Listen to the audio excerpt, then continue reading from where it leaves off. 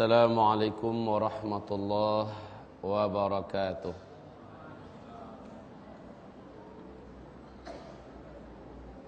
Alhamdulillahi rabbil alamin, wal aqibatu lil muttaqin, wala udwana illa 'alal zalimin. Asyhadu an la ilaha illallah wahdahu la syarikalah, wa asyhadu anna Muhammadan abduhu wa rasuluhu la nabiyya ba'dah. Qala Allah subhanahu wa ta'ala fi muhkami tanzilih ba'dal a'yadhi billah minasy syaithanir rajim. Ya ayyuhalladzina amanu ittaqullaha haqqa tuqatih wa la tamutunna illa wa antum muslimun. Wa qala subhanahu wa ta'ala ya ayyuhan nas ittaqu rabbakumul ladzi khalaqakum min nafsin wahidah wa khalaqa minha zawjaha wa batha minhuma rijalan katsiran wa nisaa'a wattaqullaha alladzi tasaaluna bihi wal arham innallaha kana 'alaikum raqiba. Wa qala ya ayyuhalladzina amanu taqullaha wa qulu qawlan sadida yuslih lakum a'malakum wa yaghfir lakum dhunubakum wa man yuti'illaha wa rasulahu faqad faza fawzan 'azima. Allahumma arhamna bil Qur'an wa sadaqallahul 'azim. Wa qala an-nabiy sallallahu alaihi wasallam innamal a'mal binniyat wa innama likulli imri'in ma nawa faman kanat hijratuhu ila Allah wa rasulih fa hijratuhu ila Allah wa rasulih wa man kanat hijratuhu lidunya yusibuha aw imra'atin yankihuha fa hijratuhu ila ma hajara ilaih wa ba'du. Ibadallah ma'asyiral muslimin, arsyadani wa iyyakumullah.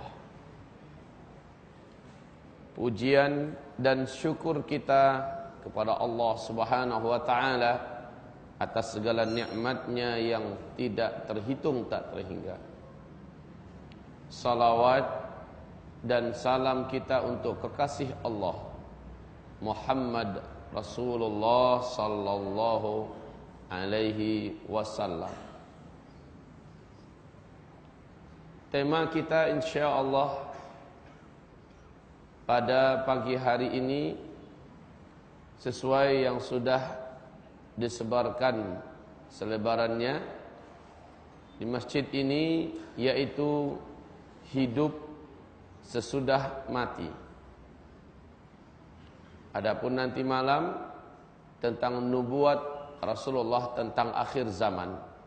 Dan besok pagi adalah fenomena, petaka, bencana, dan huru-hara akhir zaman, serta bagaimana persiapan yang seharusnya kita lakukan. Roadshow dakwah ini semoga saja diberi berkah oleh Allah Subhanahu wa ta'ala, dan untuk memudahkan kita semua pada ceramah kita di pagi hari ini, saya akan menjadikan buat kita semua kitab rujukan hidup sesudah mati adalah kitab yang ditulis oleh sahabat kita Ustadzuna Al-Fadhil Ustadz Abu Fatihah Al-Adnani, Hidup Sesudah Mati. Supaya mudah kita melihat rujukan dalil, tingkatan-tingkatan riwayat dan hadis, dan urutan-urutan perkataan para ulama yang memang dalam tulisan beliau bagi saya memadai buat umat Islam sesuai dengan standar ilmiah. Maka kaum muslimin, apabila nanti di ujung daripada cara pengajian ini ada pertanyaan, tafadhol diajukan, ada diskusi berhubungan dengan apa atau materi yang kita angkat, maka dipersilahkan. Tapi mohon maaf, saya tidak akan melayani apapun pertanyaan di luar daripada materi kita. Jika ingin bertanya tentang masalah hari kiamat nanti malam, atau tentang bencana petaka huru hara besok, maka fokus kita satu demi satu pada majlis yang telah ditetapkan judulnya. Hamba-hamba Allah yang kami muliakan, kita tidak akan mengomentari tentang kematian tentunya, karena tentang masalah ini secara umum kita sudah mengilmui. Akan tetapi yang akan kita bicarakan adalah tentang kehidupan setelah kematian ini. Dan itulah sebenar-benarnya kehidupan. Di dalam buku ini sudah ada disediakan satu tabel perjalanan hidup manusia, di mana kita lihat di bawah alam dunia. Di kehidupan alam dunia kita saat ini ada di sini.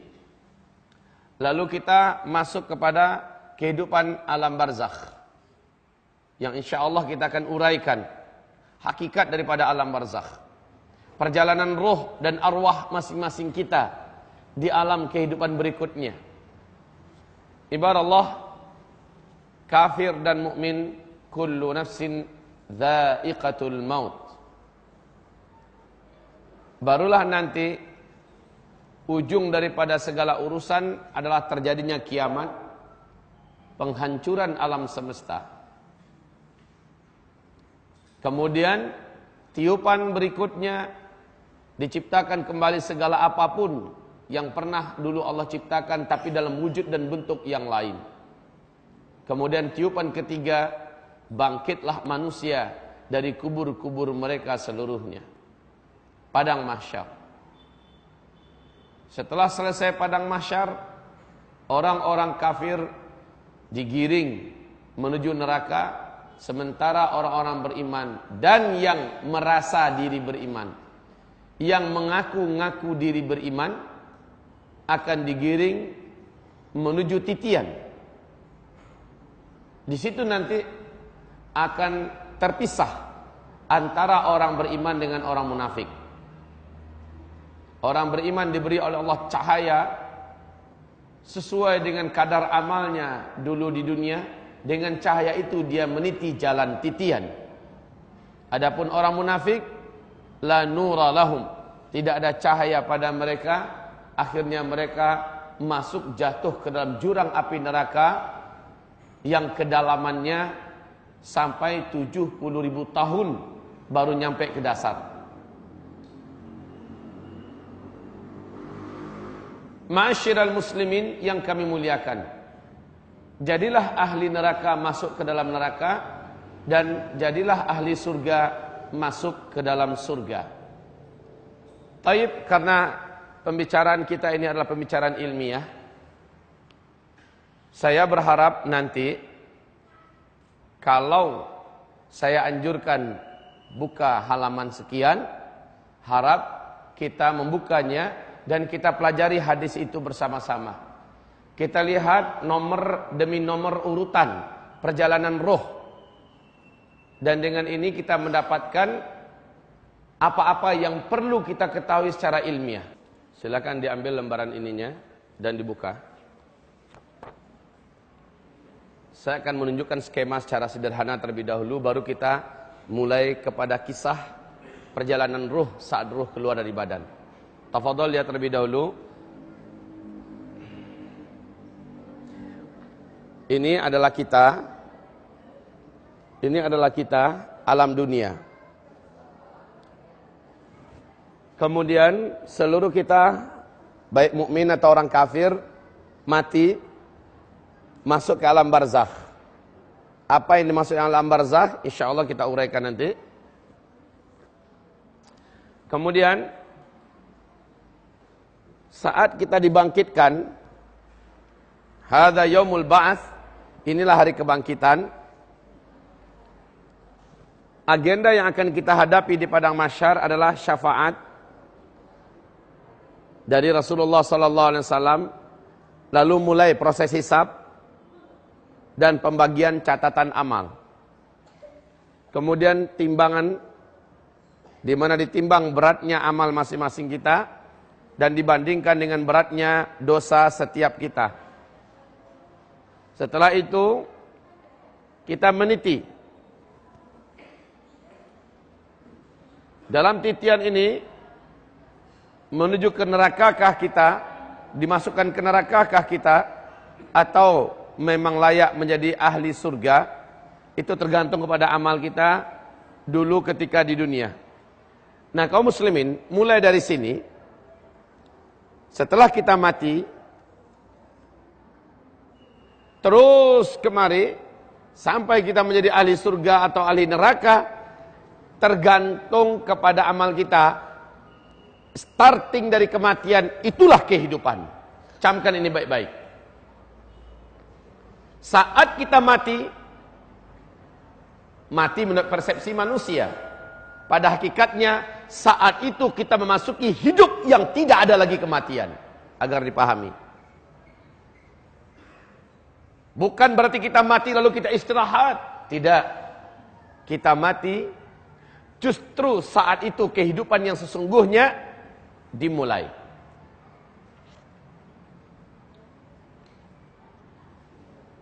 Pada saat itulah dalam surah Al-Munafiqun berkata orang-orang munafik, ya laitani, wahai kiranya diriku, ya, wahai kiranya diriku, ditangguhkan sedikit saja kematian. Rabbi akhirni, ya Allah, tangguhkanlah sedikit kematianku. Berikan aku tambahan umur sedikit saja. A'malu salihah, akum minas salihin, fa'atasaddaqu. Macam-macam kalimat mereka yang Allah sebutkan dalam redaksi ayat Al-Quranul Karim. Ya Allah, tambahkanlah umurku, walau hanya sebentar. Aku akan perbanyak sedekah, aku akan perbanyak amal, wa akun minas salihin. Dan aku berjanji ya Allah, jika engkau beri sedikit tambahan umur, akun minas salihin, pasti aku akan termasuk dan jadi orang-orang yang saleh. Al-ana ya Rabb, sekarang wahai Allah, sekarang penuh dadaku dengan keimanan. Berilah aku kesempatan balik sebentar ke dunia.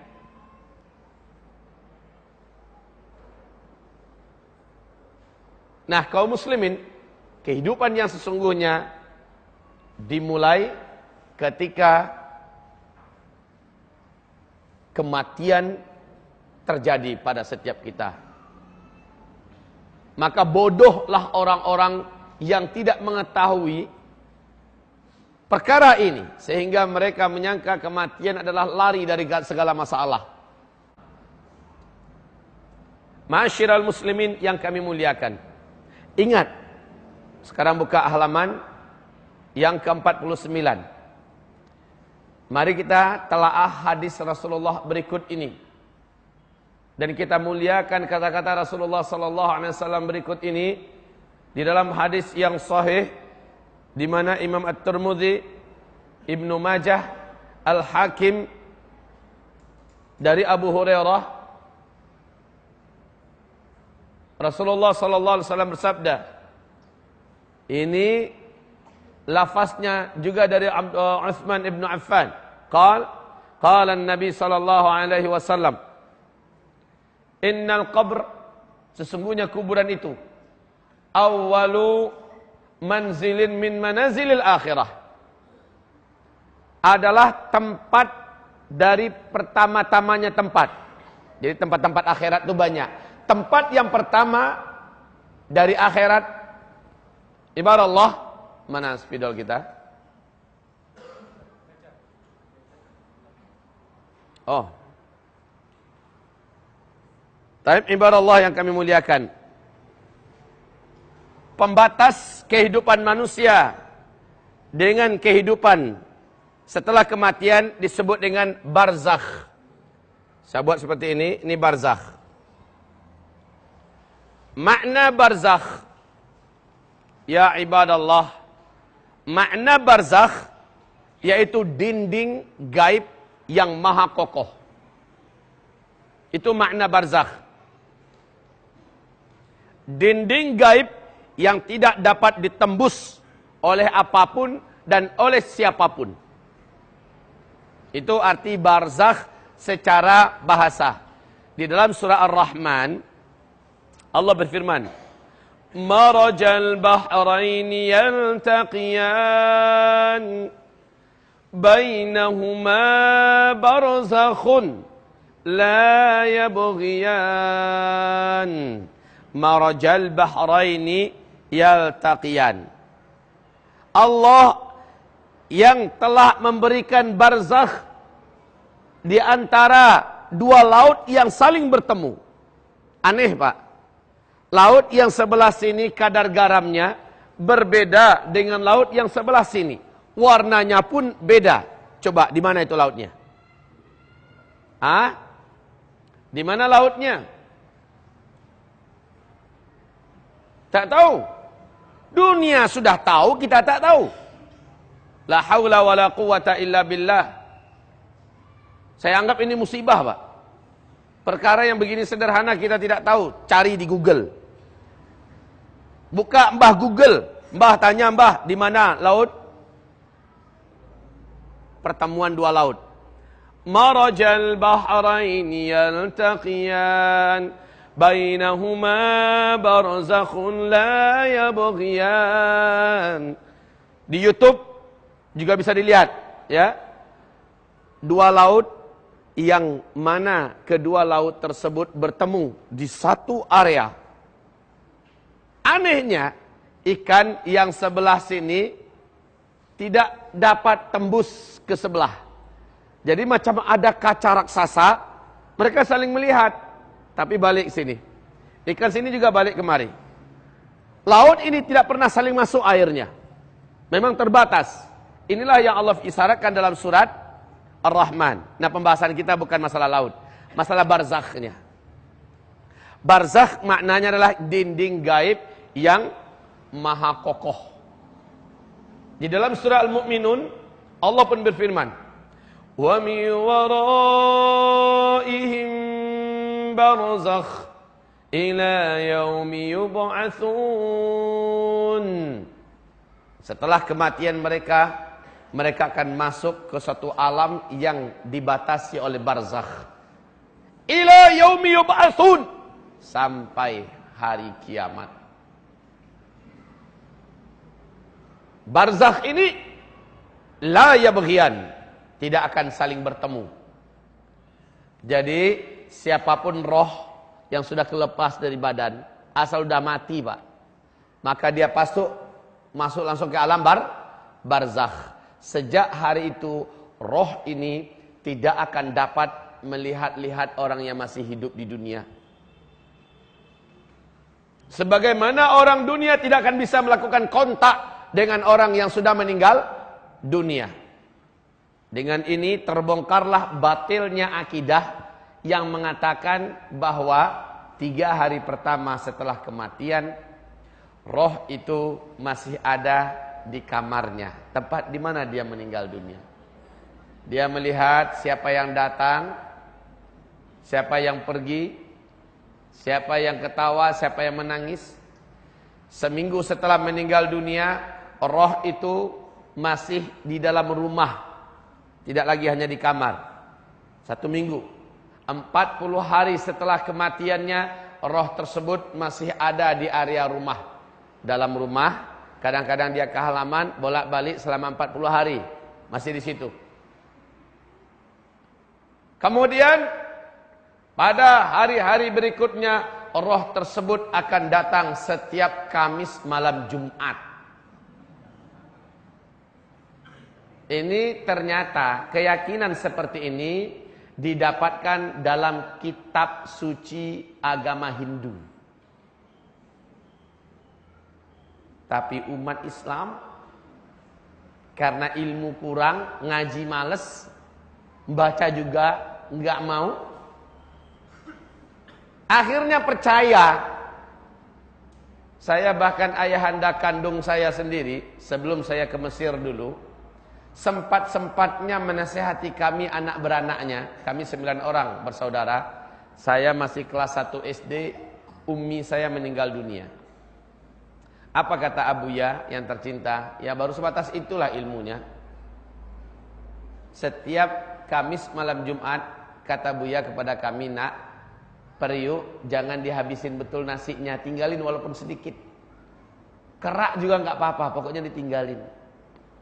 Nanti makmu datang, umimu datang, dia lihat nggak ada nasi di periuk, sedih dia, berarti anak-anaknya nggak makan sehari ini. Itu bahasanya. Karena kita kecil ngerekam dengan sempurna. Lah ketika kita di luar negeri, ya, kita pulang, beliau ikut pengajian saya kemana saya pergi, lama kelamaan beliau tobat sendiri dari pemahamannya yang sebenarnya tidak benar. Jadi kaum muslimin, orang kalau sudah meninggal masuk ke alam barzakh, tidak akan bisa melihat apapun di balik barzakh itu. Tidak ada kisah penampakan-penampakan. Si Anu yang mati gantung diri melakukan penampakan di gedung Anu. Rumah itu tidak mau laku-laku. Nggak berani orang ngontrak-ngontrak. Kalau ada orang tinggal di sana pasti mengalami gangguan. Katanya perempuan yang dulu bunuh diri di sana sekarang sering menampak-nampakkan diri. Akhirnya rumah itu kosong. Tidak berani dihuni oleh siapapun. Dikontrak murahkan pun nggak ada yang mau. Bahkan digratiskan untuk tinggal di dalam juga nggak mau. Saya pernah pesan begini Pak. Pengumuman.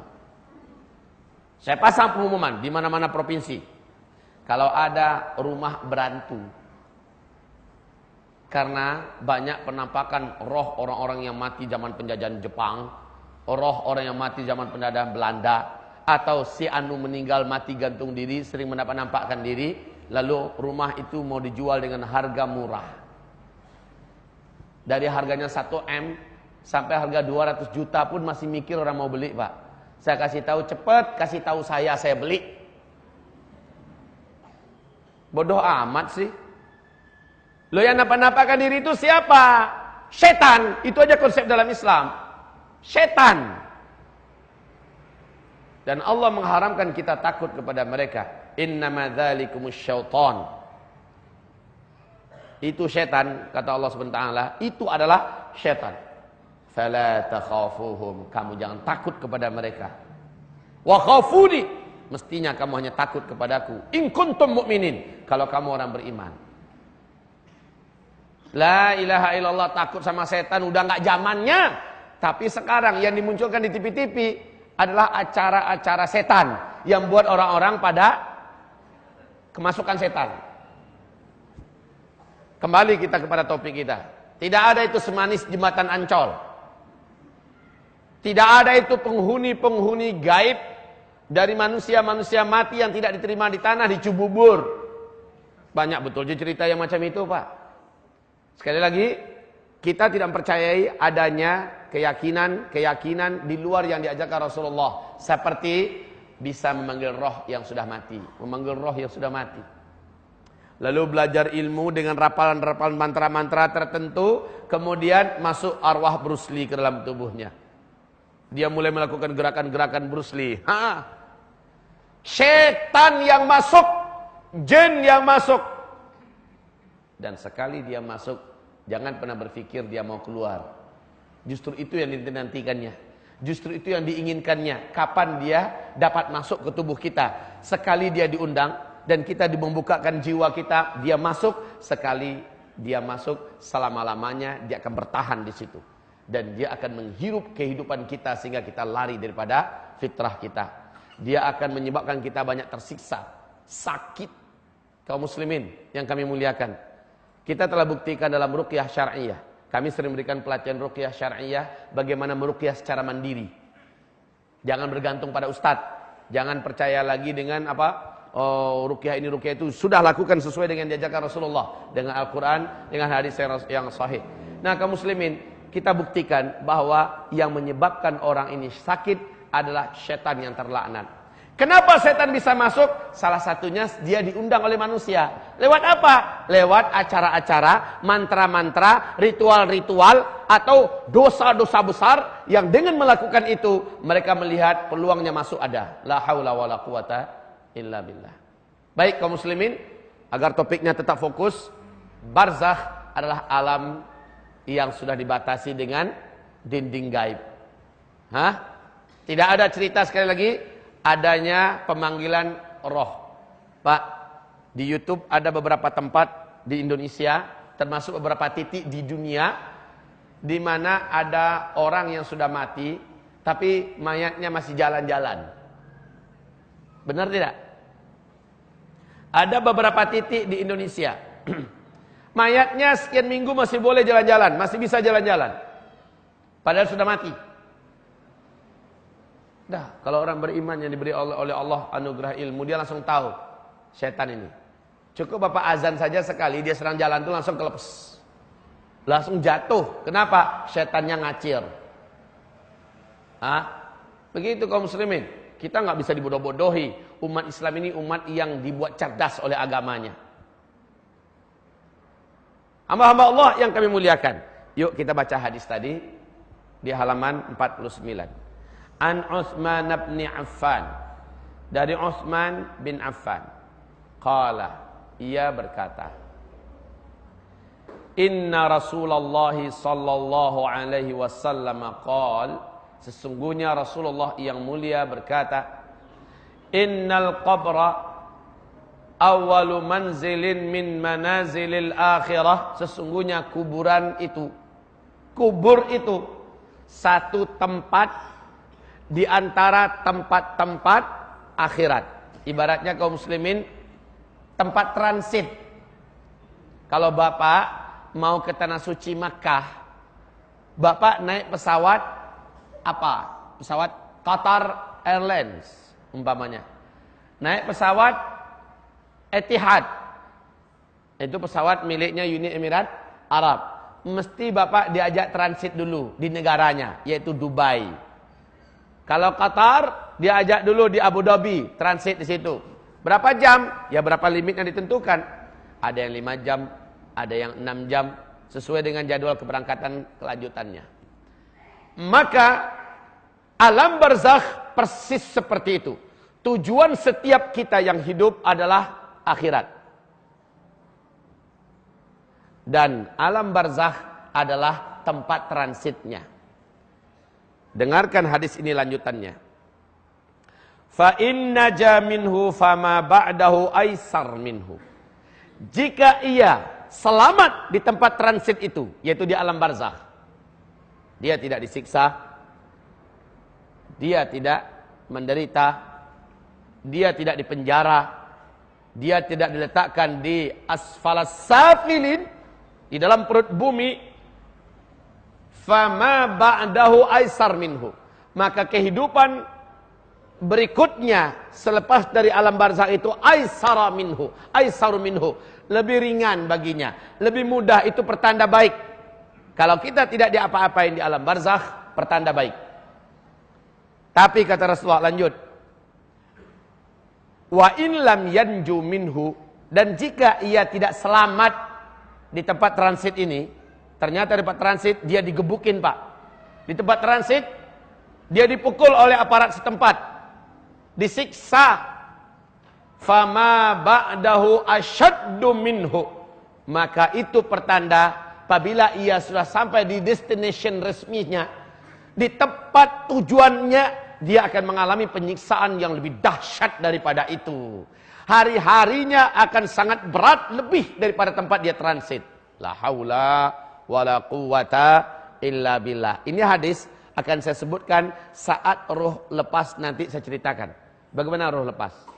Apa jeritan roh di dalam kubur nanti setelah dia menjalani proses tanya jawab dengan malaikat Munkar dan Nakir.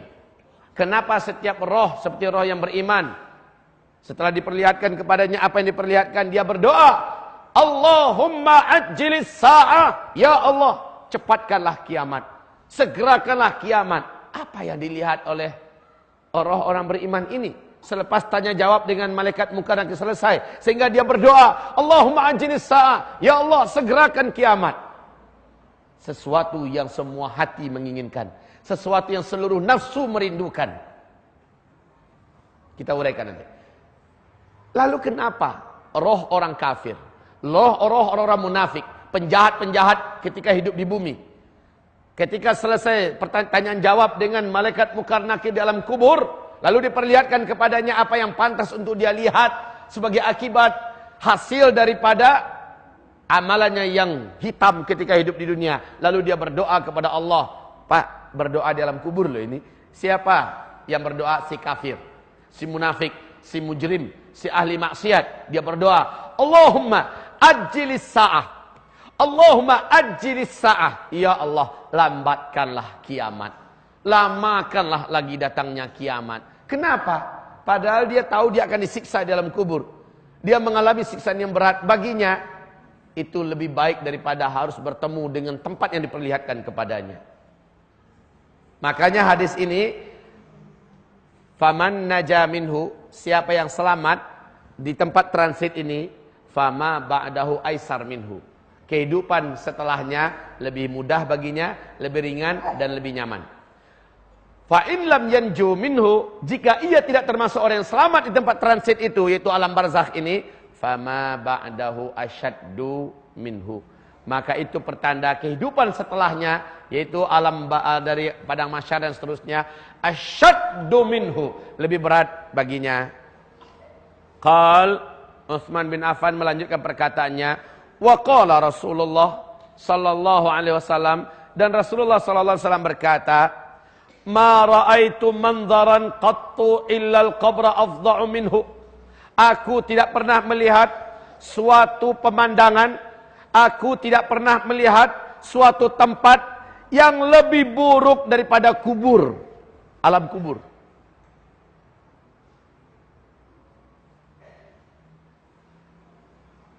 Nabi sudah pernah dibawa jalan-jalan ke surga.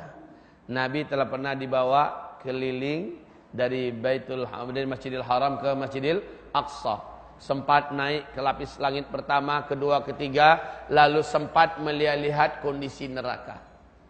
Apa sabda Rasulullah tentang pengalaman spiritualnya saat dia dibawa oleh malaikat Jibril dan malaikat Malik menuju ke alam kubur, yaitu alam barzakh. Pemandangan yang dilihatnya membuat beliau menangis terseduh-sedan. Ketika dia terjaga atau terbangun, istrinya bertanya, apa yang menyebabkan engkau sebegini berat tangismu? Salah satu jawaban Nabi, ma ra'aitu manzaran afza', ya, afza'u minhu. Aku tidak pernah menemukan adanya pemandangan yang lebih menakutkan, adanya pemandangan yang lebih mengerikan melebihi pemandangan yang ada di alam barzakh, yaitu alam kubur. Tentu saja khusus untuk para penjahat, untuk orang kafir. Apa yang akan dialami oleh roh, insya Allah kita uraikan. Kalau seandainya waktu kita cukup untuk pagi ini, kita akan sampaikan. Baik, ma'asyiral muslimin yang kami muliakan, mari saya bacakan sebuah hadis yang panjang dari riwayat Imam Muslim. Hadis ini tentu saja dalam kitab Sahih Muslim. Saya tidak akan bacakan matannya karena sangat panjang, Pak. 2 lembar setengah atau 4 halaman lebih. Panjang sekali. Bagus saya bacakan saja. Apanya yang saya uraikan di sini? Cerita Rasulullah yang mulia sallallahu alaihi wasallam tentang ruh saat lepas dari badan kita. Bapak pernah tahu perjalanan ruh, Pak? Pernah tahu perjalanan ruh saat dia lepas? Ada yang pernah coba? Belum ada ya. Siapa tahu ada yang punya pengalaman, ceritain testimoni di sini. Mati suri.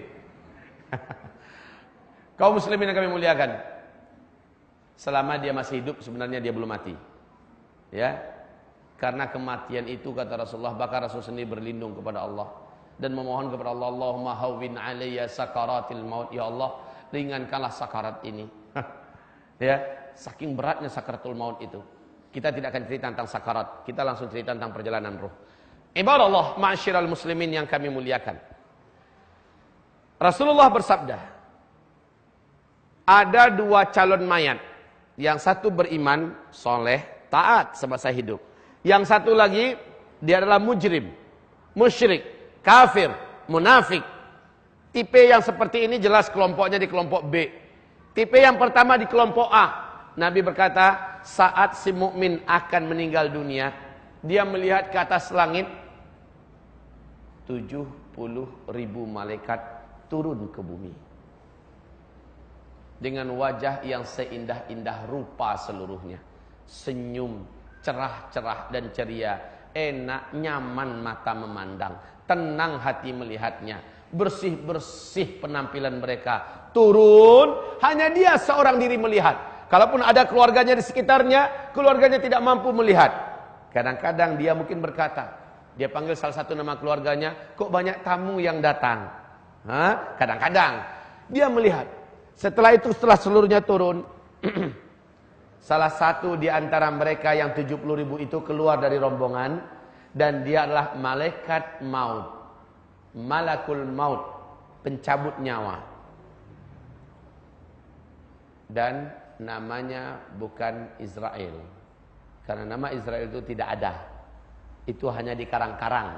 Sumbernya dari mana kita tidak tahu. Yang disebutkan oleh hadis adalah malakul maut. Dalam Al-Quran juga malakul maut. Kaum muslimin, malaikat maut ini kata Rasulullah sallallahu alaihi wasallam, segera saja ini kepala calon mayat yang beriman. Manusia yang akan dicabut nyawanya. Malaikat maut ini berdiri tepat di bagian kepalanya, lalu mulai mendekatkan dirinya dan duduk. Dan kata Rasulullah, malaikat ini meletakkan kedua telapak tangannya di bagian pelipis dan pipi kanan dan di pelipis bagian pipi kiri. Ya, lalu membujuk dengan kata-kata yang menyejukkan. Keluarlah. Ya ayyatuhan nafsul mutmainnah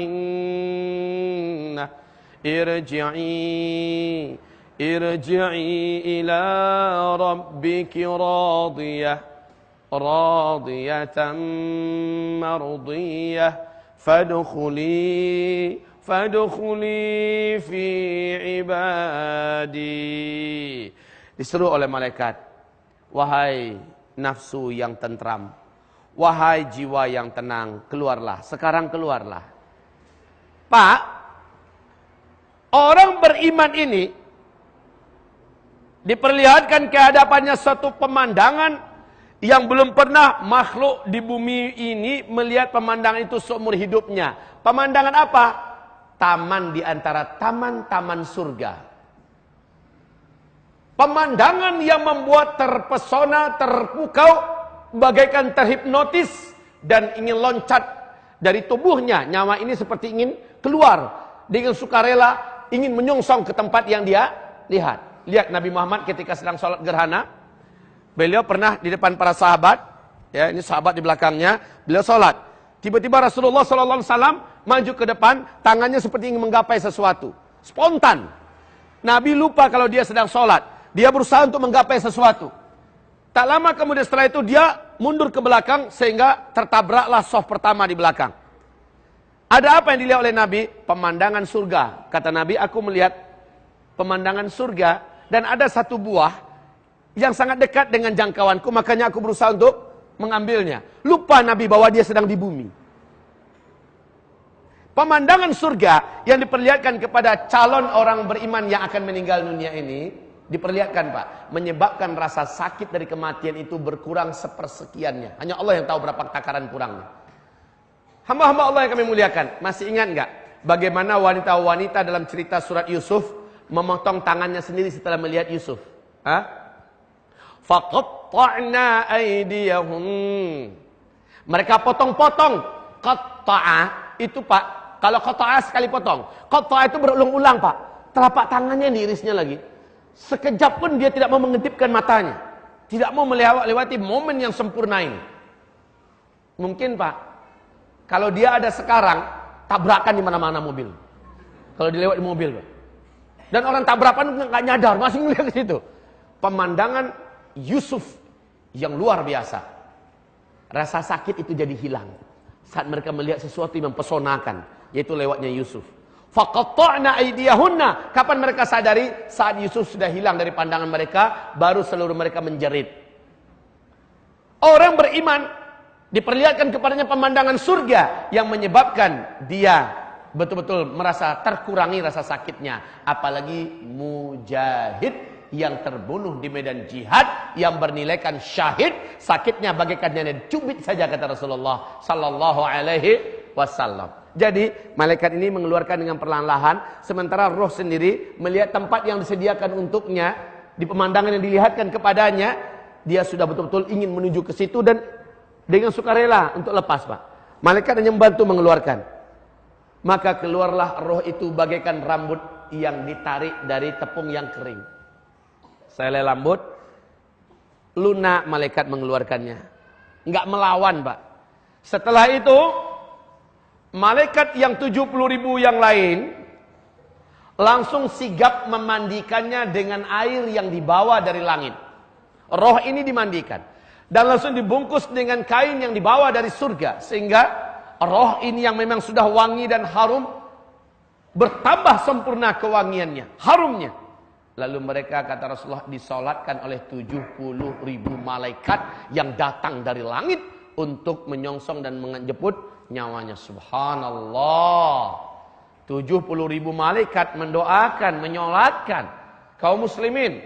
Rasulullah sallallahu alaihi wasallam bersabda, 100 orang beriman saja, 100 orang beriman saja menyolatkan seorang muslim, haram baginya azab kubur. Lah malaikat itu orang beriman enggak?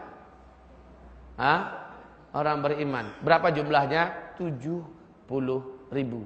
Siapa yang akan disolatkannya? Mukmin.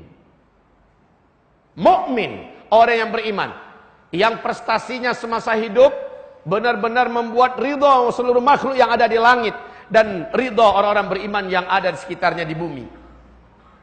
Kemudian setelah selesai dikafani, disolatkan 4 kali takbir, kemudian dibawa ke langit. Sepanjang perjalanan, para malaikat-malaikat ini, kata Rasulullah, saling bercerita, si fulan ini ahli tahajud. Yang lain berkata, si fulan ini sangat menjaga sholat 5 waktunya. Yang lain bercerita kepada yang lain, yang kami tahu si fulan ini sangat berbakti kepada kedua orang ibu bapak kandungnya. Yang lain berkata, si fulan ini Masya Allah sangat pandai menjaga hubungan tali silaturahim. Yang lain berkata, si fulan ini yang saya tahu adalah orang yang paling dermawan, hobi berinfak dan bersedekah kemana-mana karena Allah. Yang lain lagi berkata, Masya Allah, yang saya tahu si fulan ini sangat menjaga saum Senin dan Kamisnya. Kalau ada ayyamul bait, dia akan jaga puasanya. Tidak ada peluang-peluang puasa yang ada ditawarkan dalam Islam, melainkan dia mengerjakannya. Dia adalah ahli puasa. Pokoknya Pak, kebaikan apa yang rutin hamba ini lakukan semasa hidup di dunia jadi bahan perbincangan yang indah di lidah para malaikat. Sampai di langit dunia, kata Rasulullah SAW, roh ini malaikat mengetok pintu penjaga gerbang langit dunia. Malaikat-malaikat penjaga langit dunia bertanya, siapa yang kalian bawa ini? Alangkah harumnya, alangkah wanginya. Maka malaikat-malaikat yang mengiringi ini menjawab, ini adalah fulan, dia dari Sidoarjo, dia adalah keturunan Anu, dia lahir dalam keadaan begini, lalu dia memeluk Islam, lalu dia mengamalkan dalam Islam amalan ini. Semua kebaikannya diceritakan oleh para malaikat itu dengan penuh semangat. Apa kata malaikat penjaga langit dunia? Kalau begitu stop dulu, izinkan kami ikut menyolatkannya. Dibukalah pintu gerbang langit dunia, dan roh ini pun disolatkan oleh seluruh malaikat yang ada di lapis langit dunia. Allahu Akbar. Tambah berapa jumlahnya? Allahu a'lam. Disolatkanlah roh yang beriman ini. Lalu dibawa ke langit yang kedua. Begitu juga kasusnya sampai ke langit yang ketujuh, Pak. Setiap lapis langit kita disolatkan oleh para malaikat. Masya Allah. Sampai di lapis langit ketujuh terdengarlah suara dari arasy. Allah Subhanahu wa taala berfirman, ini hadis sahih Muslim ya. Allah Subhanahu wa taala berfirman, telah aku ketahui hambaku ini dan aku telah mengakui atau menerimanya. Sekarang kembalikan dia ke jasadnya di bumi untuk menjalani proses standar operasional yang sudah ditetapkan. Ya. Maka kembalilah roh ini dibawa ke bumi dan diharapkan, Rasul mengatakan, segerakanlah kamu menyelenggarakan jenazah orang yang meninggal dunia, agar ketika malaikat di langit dah selesai, roh ini dibawa, si jasad juga sudah ada di kuburan. Nah, jadi tinggal masukkan saja kaum muslimin. Tapi gerakan malaikat lebih cepat. Kemudian dia turun membawa roh ini kembali. Saat itu Allah mengizinkan, hanya saat itu, karena hadisnya sahih ya. Allah mengizinkan si roh ini melihat jasadnya di bawah-bawah. Di situ dia berkata, aduhai kiranya kemana engkau akan bawa jasad ini, kata roh kita, roh orang beriman ini. Setelah dimasukkan ke liang lahat, ditutup papannya, kaum muslimin, roh tersebut baru akan dimasukkan ke tubuhnya setelah orang yang paling terakhir di langkah ketujuhnya meninggalkan kuburan kita dimasukkan. Saat itu bunyi terompah itu, orang yang terakhir tersebut terdengar oleh roh ini. Coba aja nanti Pak, nggak percaya. Iya. Terdengar olehnya dengan sangat jelas. Ibarat Pak, kita tinggal di lantai 1, orang yang di lantai 2, lantai atas itu lantainya adalah kayu. Jadi kalau di jalan kedengaran nggak? Ibaratnya begitu. Tapi sudah nggak bisa lagi BBM-an. Oh, jangan tinggalkan aku dong. Nggak ada lagi cerita kaum muslimin. Tidak ada lagi, oh jangan tinggalkan saya segala macamnya. Tidak ada. Ibarat Allah. Saat itu didatangilah dia oleh 2 orang malaikat yang kedua bola matanya merah, bagaikan api yang membara. Wajahnya seburuk-buruk wajah yang pernah dilihat oleh manusia. Padahal ini orang beriman Pak. Begitu. Saat itu bertanyalah malaikat ini dengan pertanyaan yang suaranya bagi si mayat menggelegar bagaikan petir yang menyambar dekat pangkal telinganya. Man rabbuk? Wa ma dinuk? Wa madza taqulu an hadzal rajul? Pertanyaannya cuma 3. Walaupun pertanyaan ini dibocorkan oleh Allah sekarang lewat lidah Nabi, nggak bisa dihafal jawabannya, Pak. Dihafal dong, biar bisa dijawab. Nggak bisa. Yang mampu menjawab ini dengan benar adalah orang yang ketika hidupnya di dunia telah membenarkan isi jawaban itu dan hidup dalamnya. Dialah yang akan diberi oleh Allah kemampuan menjawab. Nah, kaum muslimin, disitulah menjawab roh yang beriman ini nanti. Rabbi Allah, dini al-Islam, wa hadzal rajul Muhammadun Rasulullah sallallahu alaihi wasallam. Roh yang beriman akan menjawab dengan benar. Dari mana dia bisa menjawab? Padahal melihat bentuk malaikat saja, semua orang yang melihatnya pasti tidak akan mampu menahan jiwanya, Pak, ketakutan. Allah berfirman, yuthabbitullahu alladhina amanu fil hayatid dunya wal akhirah. Allah yuthabbitullahu alladhina amanu bil qawli tsabiti fil hayatid dunya wal akhirah. Allah kokohkan lidah orang-orang beriman ketika dia masih hidup di dunia, dan ketika masuk ke alam akhirat Allah kokohkan lidahnya sehingga dia mampu menjawab, Pak. Orang beriman ini mampu menjawab begitu. Kaum muslimin, sekali lagi, yang mampu menjawab hanyalah orang yang semasa hidupnya memang Allah yang diibadahinya. Memang Allah yang ditauhidkannya. Dan dia tidak mensyirikkan Allah. Hanya yang macam ini yang mampu menjawab Rabbi Allah. Orang yang semasa hidup di dunia menjalankan undang-undang Allah. Orang yang menjalankan peraturan hidup dari Allah. Mulai dari urusan WC, sampai urusan pakaian, sampai urusan akhlak, sampai urusan muamalah, perdagangan, sampai hubungan suami istri, sampai urusan apapun saja. Dia jalankan semua peraturan Allah. Maka dialah yang mampu menjawab Rabbi Allah.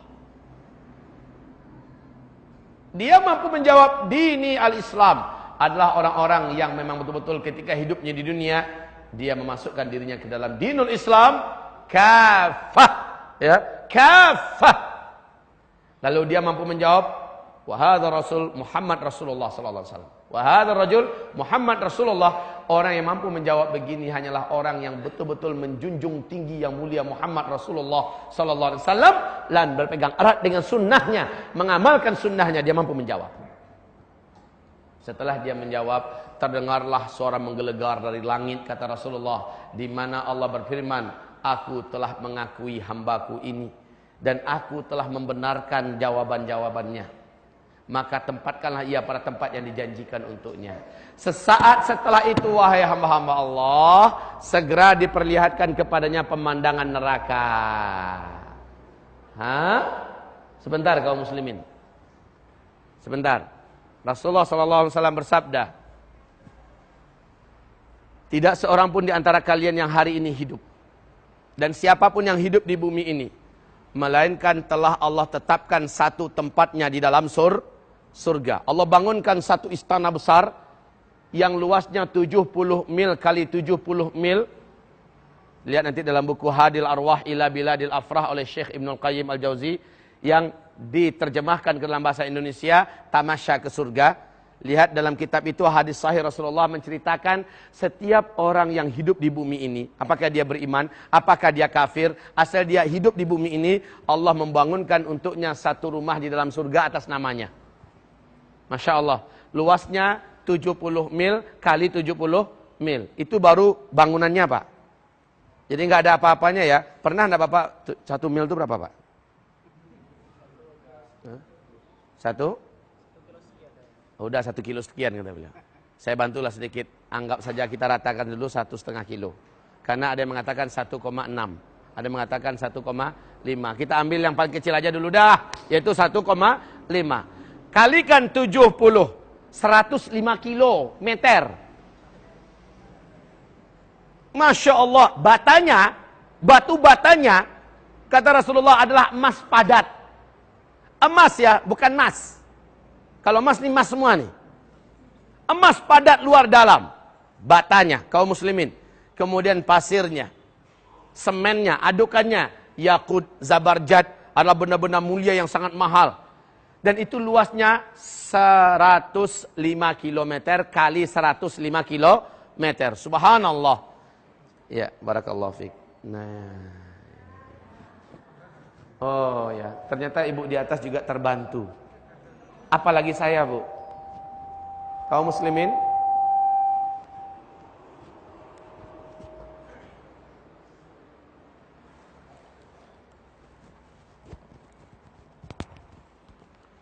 hamba-hamba Allah yang kami muliakan, diperlihatkan kepadanya pemandangan surga. Apa yang dia lihat? Namanya tertulis itu. Istana ini adalah milik, namanya siapa, Pak? Bambang. Milik Pak Bambang. Namanya Pak? Ibrahim. Subhanallah. Istana yang itu tertulis di depannya Ibrahim. Pemiliknya nanti adalah Ibrahim. Bapak, setiap bapak yang ada, setiap manusia yang hidup di muka bumi, telah ditetapkan dan dibangun untuknya satu istana atas nama dia di dalam surga. Ibrahim, Bambang, Zulkifli, Muhammad Ali. Iyalah harus masuk. Kaum muslimin, selanjutnya, tidak seorang pun di antara kalian, kata Nabi, yang hari ini hidup di sini, melainkan saat ini sudah ada namanya di dalam neraka. Pak Ibrahim, sudah ada nama Pak Ibrahim dalam neraka, Pak. Sudah ada pintu khusus. Di dalamnya adalah ruang penyiksaan dengan alat-alat siksa yang belum pernah terbayang oleh manusia. Dan tertulis di pintu itu, inilah tempat tinggalnya Ibrahim. Orang Sidoarjo. Nah, Bapak juga, Pak. Bapak juga. Sudah ada namanya Bapak, Pak Bambang. Di dalam neraka, Zulkifli juga. Biar adil gitu, Pak ya. Memang benar seperti itu. Siapapun yang hidup di bumi ini, satu namanya dan tempatnya telah tersedia di dalam neraka hari ini. Dan satu nama dan tempatnya juga sudah tersedia di dalam surga hari ini. Maka kaum muslimin, kita lanjutkan kisah roh tadi. Dibukakan kepadanya satu pintu gaib, di mana di situ dinampakkan ada satu pintu kamar penyiksaan, dan apa-apa penyiksaan yang ada di dalam itu tersedia, dan di pintu itu tertulis nama dia. Maka ketakutanlah orang beriman ini, yang dalam kubur itu ketakutan melihat di mana tempatnya telah tersedia. Masya Allah. Bapak akan lupa nanti ceramah saya nih, Pak. Bapak hanya akan ingat nanti ketika Bapak sudah selamat dari azab kubur, Bapak diletakkan di tempat yang tinggi, baru Bapak cerita, benar ya apa disampaikan oleh Ustaz Zulkifli dulu, benar ya yang ada dalam buku hidup sesudah mati dulu, dan seterusnya. Jadi dilihat pemandang neraka, ketakutan. Namun apa kata dua malaikat ini, Munkar dan Nakir? Allah telah menyediakan tempatmu di sini dan engkau harus disiksa di sini.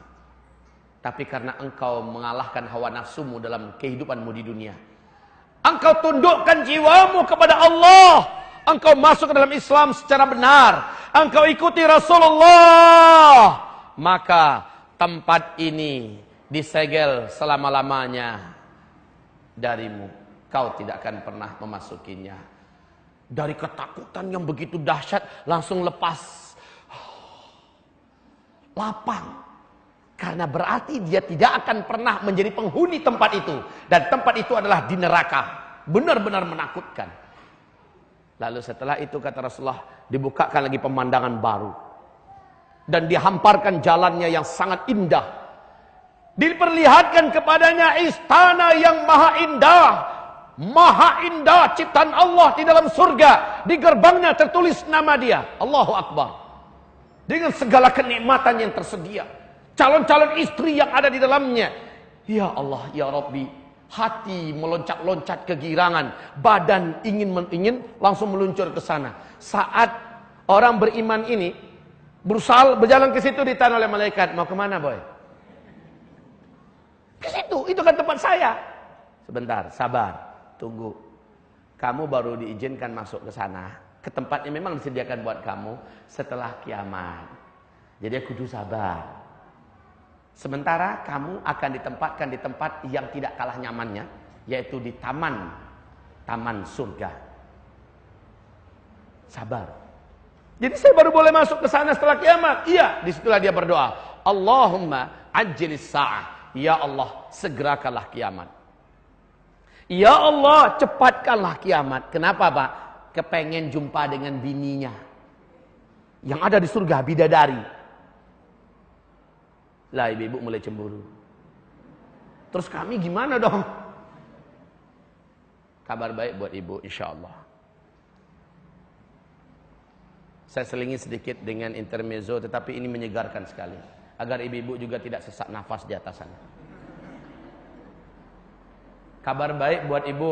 Ibu tahu tidak betapa cantiknya satu orang bidadari?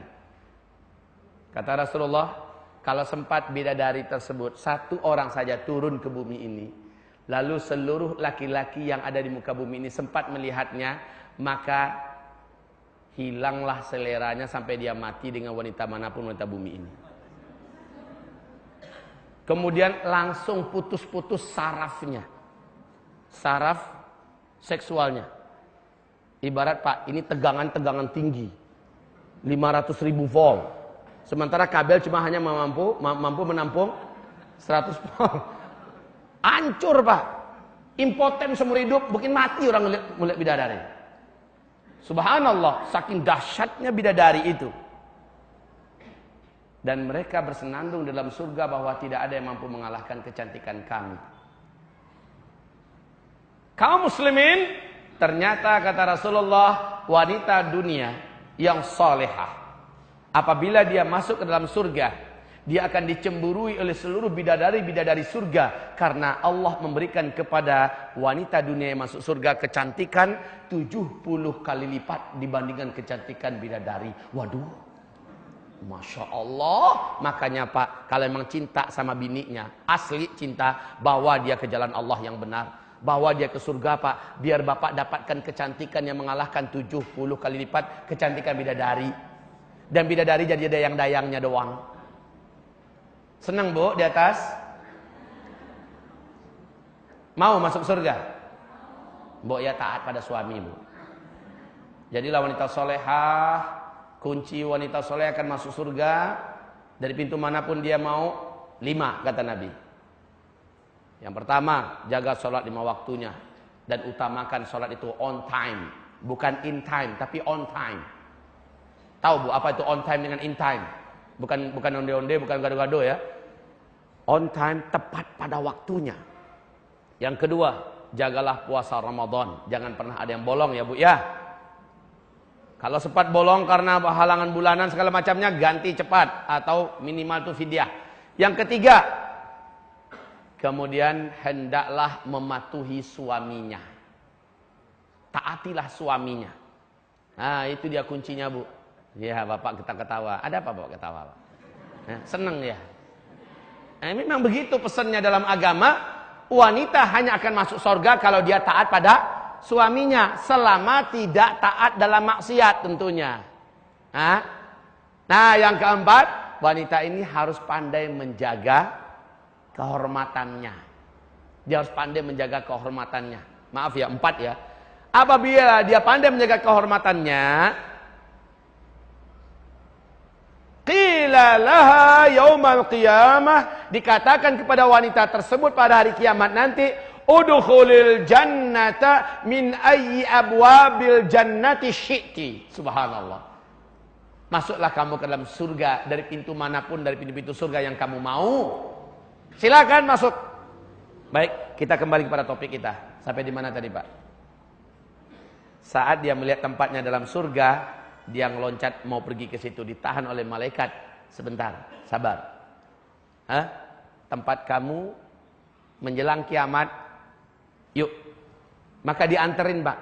Dianterin seperti tamu terhormat ke suatu tempat di mana disebut dengan Raudhah min Riyadil Jannah. Pernah dengar ini? Al-qabru Raudhatun min Riyadil Jannah. Kuburan itu adalah satu taman di antara taman-taman surga. Subhanallah. Berarti orang ini diantarkan ke taman surga menjelang kiamat, dia bersenang-senang di situ. Dan kumpul-kumpul, kongkow-kongkow, ngobrol-ngobrol, tanpa ada kewajiban apa-apa, tanpa ada lagi ketakutan apa-apa, tanpa kesedihan apa-apa, dengan arwah orang-orang beriman yang telah meninggal terlebih dahulu.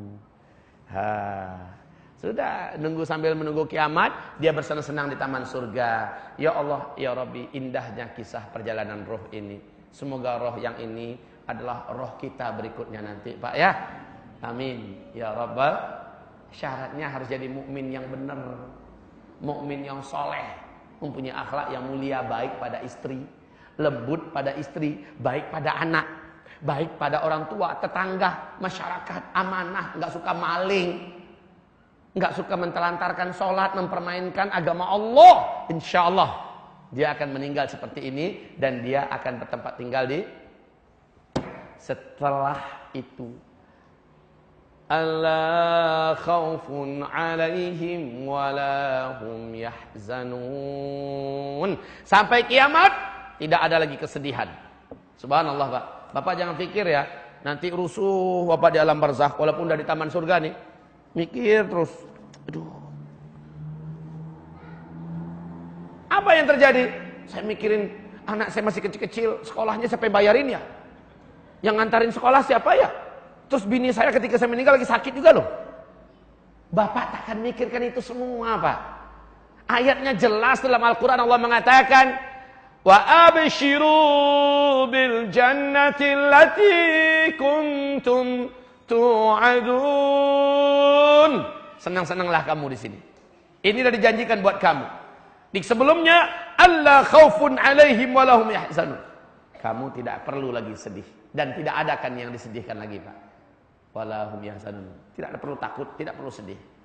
Insyaallah, Pak, yang tinggal di dunia sudah urusannya pula. Allah yang Maha Hidup yang akan menjaga. Allah yang Maha Hidup yang akan merawat. Ibunda saya yang tercinta meninggalkan kami masih kecil-kecil, Pak. Bahkan dia meninggal setelah melahirkan anak jam 2 malam, ya, jam 2 dini hari. Kemudian jam 10 pagi hari Minggu saya masih ingat beliau meninggal dunia. Anak bayinya yang hanya sebesar ini pas lahir tuh, Pak. Kurang dari 1 kilo, Bu. Benar, Bu? Kurang dari 1 kilo beratnya. Ternyata anak tersebut, inilah adik saya paling kecil, sekarang telah punya anak 3 orang dan dia adalah wanita yang cukup tinggi. Tanpa ada ibu yang mengasuhnya kok bisa hidup. Makanya, Bu, jangan pernah pikir, Pak. Bu, setelah kita meninggal anak-anak kita gimana? Allah yang urus. Makanya besok ini kalau ada panggilan dan seruan berjihad menyelamatkan Indonesia dari revolusi Syiah yang terlaknat, jangan ragu-ragu. Maju. Yang tinggal bagaimana? Allah yang Maha Hidup yang akan urus. Ibu-ibu juga begitu. Suruh para suaminya berangkat, Mas. Bantu TNI kita, bantu Polri kita, selamatkan Republik Indonesia ini dan tegakkan syariat. Wah, kan begitu kan? Luar biasa kaum muslimin. Jadi jangan ragu, yang meninggal pergilah dengan selamat, tenang, dan yang tinggal maka dia dalam jaminan Allah Subhanahu wa taala. Selesai. Kisah roh yang kafir. Bagaimana yang terjadi dengan mereka? Dengarkan berikut ini, hamba-hamba Allah yang kami muliakan. Roh pendosa, roh penjahat, roh yang suka berkhianat kepada Islam dan umat Islam, roh yang suka mata-matai kaum muslimin lalu menyakiti mereka dengan fitnah-fitnah yang tidak benar. Apa nasib roh mereka? Diceritakan oleh Rasulullah sallallahu alaihi wasallam. Orang yang ini turunlah 70.000 malaikat yang berwajah hitam. Mata mereka tegang, merah, dan rupa mereka sangatlah bengis, kejam. 70.000 serem semuanya, Masya Allah. 70.000 wajah-wajah yang tegang, wajah-wajah yang angkuh, wajah-wajah yang kasar, wajah-wajah yang biadab, turun sebanyak itu, Pak. Maka gelisahlah si calon mayat yang kafir ini. Lalu salah seorang yang paling buruk rupanya dari seluruhnya itu keluar dari rombongan. Kemudian ibarat Allah yang kami muliakan mulai meletakkan tangannya. Bukan seperti ini lagi, tapi memasukkan jari-jari tangannya ke dalam mulut. Ya, satu berusaha menarik sini, satu berusaha menarik sini. Lalu berkata, "Ya ayyatuhan nafsul khabithah, ukhruji." Wahai jiwa yang kotor, hai pemaksiat, ya kafir, keluar. Keluar. Dipaksa keluar. Seperti, Pak, kadang-kadang saya meruqyah, ada setan yang bandel. Maka terjadilah apa yang terjadi seperti pengalaman Ibnu Taimiyah rahimahullah. Dipukulinya setan yang merasuki tubuh orang ini dengan kayu sampai patah kayu tersebut. Sampai-sampai setan yang ada di tubuh orang ini keluar. Sampai-sampai sakit dan lelah tangan kanannya Ibnu Taimiyah. Setelah siuman, setannya mampus, ya. Ibnu Taimiyah bertanya kepada orang yang punya badan, "Gimana? Udah enak? Sakit terasa sekarang?" "Enggak ada, malah terasa enak." Begitu, Pak. Orang yang setan ada dalam tubuhnya, kalau menyuruhnya keluar, Pak, biasanya banyak yang keras kepala. Nggak mau keluar. Ya, kadang-kadang cara mengeluarkannya dipukul punggungnya. Ukhruj ya aduwallah. Lihat Nabi mengeluarkan setan yang mengganggu ibadah sholatnya seorang sahabat kan. Kan datang pada Nabi, "Ya Rasulullah, saya selalu sholat tuh sering lupa. Pikiran kemana-mana, rakaat juga sering lupa." Maka Rasulullah menghantam dadanya. Tepuk. Ukhruj ya aduwallah. Ya. Ukhruj ya aduwallah. Keluarlah kamu hai musuh Allah. Itu level Rasul. Kalau level kita nggak cukup sekali, Pak. Ya. Kedebak, keluar kamu hai musuh Allah. Kalau level Rasul, imannya saja sudah sangat ditakuti oleh setan. Kalau level kita, Pak, sampai 2 jam, Pak, capek nih. Ya, tepak, keluar kamu musuh Allah, keluar. Ya, saya keluar. Ya, itu ngeyel, Pak. Sampai dia muntah darah, sampai dia ini selesai. Baru bebas orang ini. Kaum muslimin yang kami muliakan, nyawa yang ada di tubuh kita yang suka buat mesum ketika hidup di dunia, yang suka berzina, yang suka korupsi, yang suka menipu, yang suka mengkhianati, yang suka melakukan hal yang tidak baik, yang dilarang, yang tidak diridhoi oleh Allah Subhanahu wa taala. Nyawa ini, Pak, ketika dia disuruh keluar, dilihatkan kepadanya pemandangan neraka, tempat tinggalnya yang ada di neraka. Dilihatkan kepadanya. Dilihatkan jenis siksaan apa yang akan ditanggungnya nanti, dan di situ tempatnya. Makin takut, Pak, makin takut, makin tidak mau meninggalkan tuh badan. Saya kok dari masalah arwah ke kucing, apa urusannya? Begini, maksud saya, pernah kan berinteraksi dengan kucing kan? Coba bawa kucingnya ke lantai atas, lantai tingkat 5, lalu pergi ke balkonnya, jatuhkan dia, Pak, kucingnya. Pasti kucing melihat ketinggian yang begitu tinggi, langsung mencengkeramkan kuku-kukunya ke kulit kita. Betul tidak? Semakin kita paksa dia, kita lepaskan, semakin kuat cengkeramannya. Lalu makin sakit gak kita, Pak? Makin sakit karena dia tidak mau dilepas. Roh orang kafir, roh pendosa, dia tahu di mana tempatnya, maka dia akan cengkeram seluruh mili demi mili. Ya? Seluruh inci demi inci daripada tubuh ini akan dipegangnya kuat-kuat sehingga kesakitan sempurna. Kata Rasulullah sallallahu alaihi wasallam, sesungguhnya kematian itu lebih hebat daripada digilas oleh bumi ini. Janganlah bumi lagi. Coba salah seorang di antara bapak pergi ke jalan lepas ke sana, suruh salah satu mobil tronton yang kosong, Pak, jangan berisi lah. Lalu bapak tiduran, kemudian digilas dari bawah sampai ke atas. Habis itu pengalamannya ceritakan di sini. Gimana rasa sakitnya? Lah orang yang mati, kata Rasulullah SAW, bagaikan digilas oleh bumi. Sakitnya. Sakaratul maut. Disitulah kata Rasulullah, orang ini akan merasakan regangan kematian yang menyakitkan.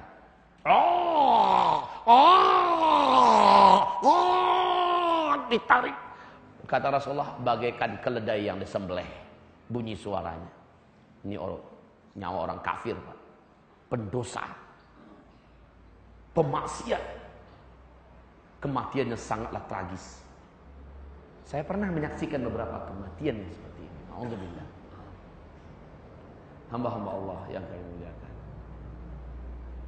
Allah berfirman dalam Al-Quran, malaikat maut ini menghantam dadanya, memukul punggungnya, dan juga menghantam jidatnya, menghantam pelipisnya, menyuruh keluar. Jadi ternyata malaikat sama dengan peruqyah, Pak. Ketika menyuruh setan keluar, main pukul sana sini. Ya. Mohon maaf, tidak seluruh ruqyah harus pukul-pukulan, Pak, ya. Seringnya kalau saya meruqyah dengan izin Allah Subhanahu wa taala, jarang sekali terjadi saya itu mukul. Jarang. Mungkin ada 97% itu saya hanya meruqyah dengan ayat-ayat Allah Subhanahu wa taala, selesai. Tapi mohon maaf, saya bukan tukang ruqyah. Jangan pula datang nanti, Ustaz Zul bisa tukang ruqyah enggak? Selalu saya tolak itu. Ya, saya kalau hanya ada lapang waktu, sementara hamba Allah ini memang betul sedang kritis, waktu saya lapang, insya Allah saya tolong. Tapi kalau diminta jadi peruqyah, saya menolak, Pak. Ya, bukan meruqyah kerjaan saya. Cuman saya biasa memberikan ilmu bagaimana meruqyah mandiri. Baik, kita kembali kepada topik kita ini. Ibarat Allah yang kami muliakan. Jadi keluarlah roh ini dengan kesakitan yang tidak dapat dibayangkan, dan di situ jasadnya tadi, rohnya tadi langsung dibungkus dengan kain kasar yang dibawa oleh 70.000 malaikat tadi dari langit. Bau busuk. Kemudian roh tersebut dibawa dengan hina, Pak, bagaikan bangkai anjing gila, dimasuk dalam karung, dibawa dengan hina, diseret-seret begitu. Lalu seluruh malaikat bercerita tentang kejahatan-kejahatannya dulu di bumi. Ini adalah orang yang suka berzina dengan istri tetangga. Ini dia ketika hidup dia sering mentertawakan orang-orang yang memakai jenggot. Ini orang ketika hidup di dunia dia sering mempermainkan agama Allah Subhanahu wa taala. Ini orang sering mengejek orang-orang yang sholat.